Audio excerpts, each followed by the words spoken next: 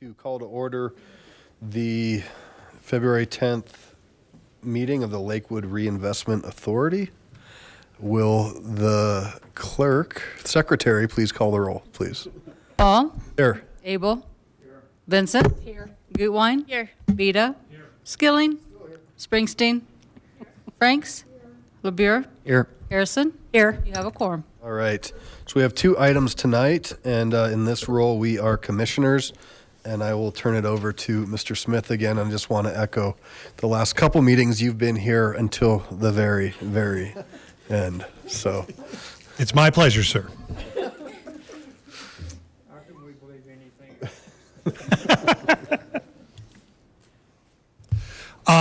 We've an item to be read into the record here, a consent agenda item. Happy to answer questions about that if anybody would like to do that, but we did not have a formal presentation. We thought the memo was fairly sufficient in terms of describing it. Essentially, it's amendment to the bylaws in order to make the executive director of the Economic Development Authority the secretary executive director for the LRA. I appreciate that process clarity. So I'll ask the secretary to please read in the consent agenda. The consent agenda consists of item 4 only. Item 4, Resolution LRA 2020-1, a resolution amending the Lakewood Reinvestment Authority bylaws to designate the Economic Development Director as the Secretary/Executive Director of the Lakewood Reinvestment Authority.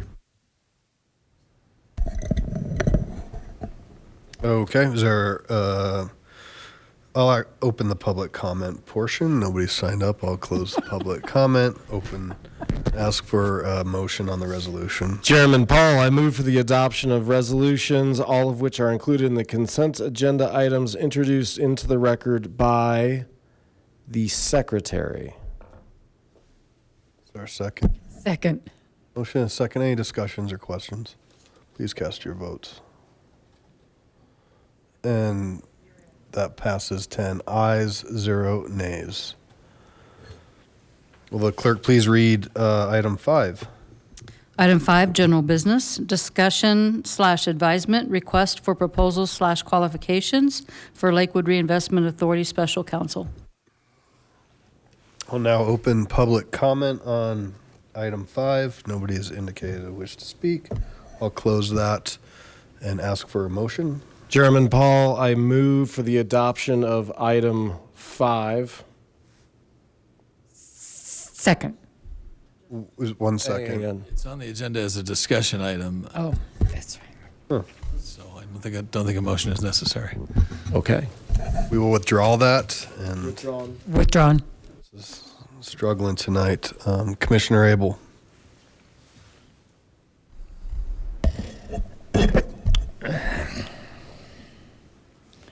So I'm kind of at a loss. What qualifications? Our last attorney was Murray Dahl, the firm of Murray Dahl, is that correct? Correct. And they're no longer going to function in that capacity? Well, there were really two attorneys who had done work for us on urban renewal matters. One has moved on to another firm, Mr. Wilson. He works with us on other matters. And the other is Mr. Murray, who has been making his way into retirement in recent years. So really, it's the eminent domain expertise, not something that has to get exercised very often, fortunately, but that's the big part of urban renewal law, and that's where we're at something of a loss these days. There's just a handful of specialists out there who really know that business inside and out. So what you're telling us is that the qualifications or that they be an expert in eminent domain? I would emphasize it more as an expert in urban renewal or experience in urban renewal, and including the use of eminent domain in that context. So there are 3, 4 lawyers that fit that qualification in the metro area? I'd say more like a dozen or so lawyers, maybe 3 or 4 firms that really specialize in that area. I should have said firms, I'm sorry. But there could be other solo practitioners who've been doing that kind of work that we're not familiar with, and would want to hear from. So what would you suggest we discuss? I think it was intended to be an information item and an opportunity for direction if you agreed with the items proposed in that memo that you received. Would knowledge of the process that we're going to follow be helpful in this discussion? The process that we're going to follow for... In hiring an attorney? Oh. Who's going to come up with the names? That sort of thing. My concern is, I don't know anything about the qualifications these folks have. I know some of them. Yeah, and of course, I think you all understand this is even in an area where professional services of this type, a bid process really isn't required. It can be done through direct contact with people we know to be in that business. But to be a little bit more transparent about it, I think we're proposing to go through the RFP process and whether that, usually in that context, the purchasing folks in the finance department are heavily involved in putting together the RFP documents, including compiling a list of potential recipients. But then it can go to CML, also through the city attorney's listserv, so that people can hear about it through that channel, even if we don't have their name at the first opportunity. So I guess the basic question is, what do you think we need to be talking about here? Does this proposal work for all of you, and can we go forward with it, I guess? It's not... Works for me. Works for me. Councilor Franks and then Harrison. So I guess the question I would have is, since I don't believe in it, and correct me if I'm wrong, is obviously this body hasn't decided whether we're going to expand the board. And so with something like this, my question would be, can it simply be consultative services without an actual general counsel? That way it's something that's less onerous and council can get that advisement of the pros and cons, because it seems like that you would want to do that.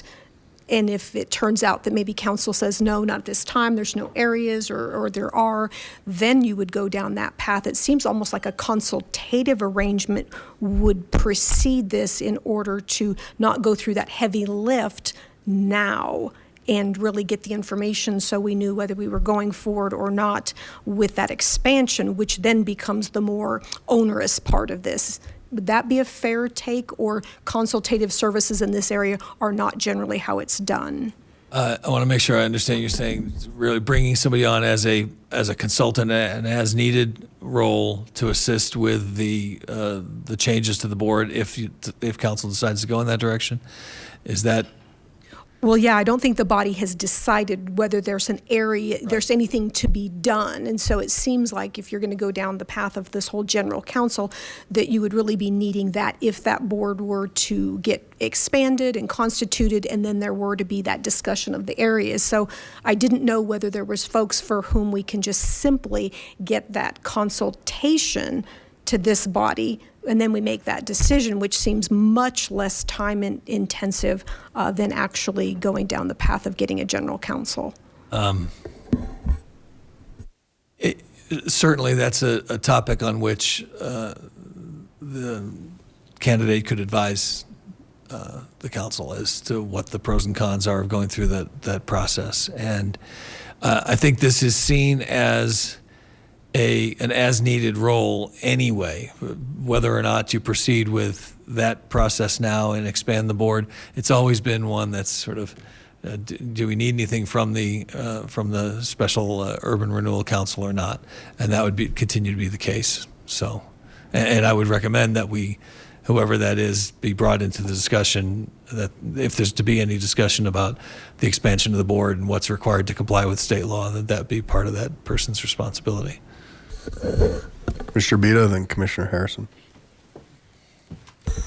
Two quick questions. Is there any reason we wouldn't go forward with what's being discussed here, which is an RFP for, general counsel? We're in a position where we're going to need general counsel in some fashion sooner or later, right? Yeah, it's just something we wanted to make sure you were aware of and had had a little bit of the history that you might not have been familiar with. But yeah, I'd agree with you.